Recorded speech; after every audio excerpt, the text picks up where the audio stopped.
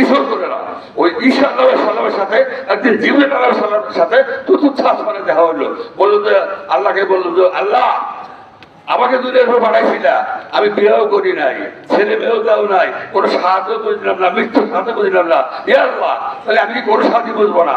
আল্লাহ বললো যে ও ঈশা তোমাকে আবার পৃথিবীতে পাঠাবো, তোমাকে বিয়ে করাবো, তোমার মৃত্যু হবে, তোমার দাফন হবে। তাহলে বললো যে আল্লাহ তুমি কি আমাকে আবার নবী হিসেবে পাঠিবে? বললা তোমাকে নবী হিসাবে পাঠাবো, আবার কি হিসেবে? শেষ যুগের উম্মত হিসেবে। এত খুশি হইল, এই খুশি হয়ে বলি 4 রাকাত নামাজ পড়ে, সেই 4 রাকাত নামাজ এশার 4 রাকাত ফরজ নামাজ, এই নামাজটা যে নিয়মিত পালন করবে তার হইতে হবে হযরত ঈসা আলাইহিস সালামের সাথে। অতএব মুসলমান কাউকে একটা ছোট মনে করে না, বড় মনে করে। ঈসা যে ছোট আমাদের নবী, আমরা নবী পর্যন্ত জানি, আমরা আল্লাহ ছেড়ে বলবো না, আমরা তাকে জানতে বলবো না। বিগত দিনে যে ঘটনা গোটা বইতে গেছে, কেউ বেশি হন্য হচ্ছে, কেউ জানতা চলে গেছে। তাহলে হুজুরের সামনে হাদিস বলা ঠিক না এবং এটা বলা উচিত না।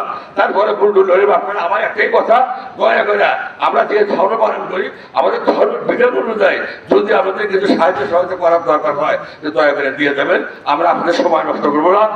পদ্মা বাগানে আমার মা বোনেরা আছে, আমার সবাই চেনেন, দয়া করে আপনারা পারলে কিছু দিবেন, আমরা অযথা সময় নষ্ট করবো না। এরপরে দুজন জেলার মধ্যে জ্যেষ্ঠতম বক্তা দুজন আছেন, ওনাদেরকে বিগত 17টি বছর ওরা মঞ্চে উঠে দেওয়া হয় নাই। আল্লাহর রহমতে আপনাদের দয় ওই হুজুর করে আমি নিয়ে আসি, ওদের কাছে সুন্দর সুন্দর বক্তব্য আপনারা শুনবেন, আশা করি আপনাদের ভালো লাগবে। এই বলে আমি শেষ করছি।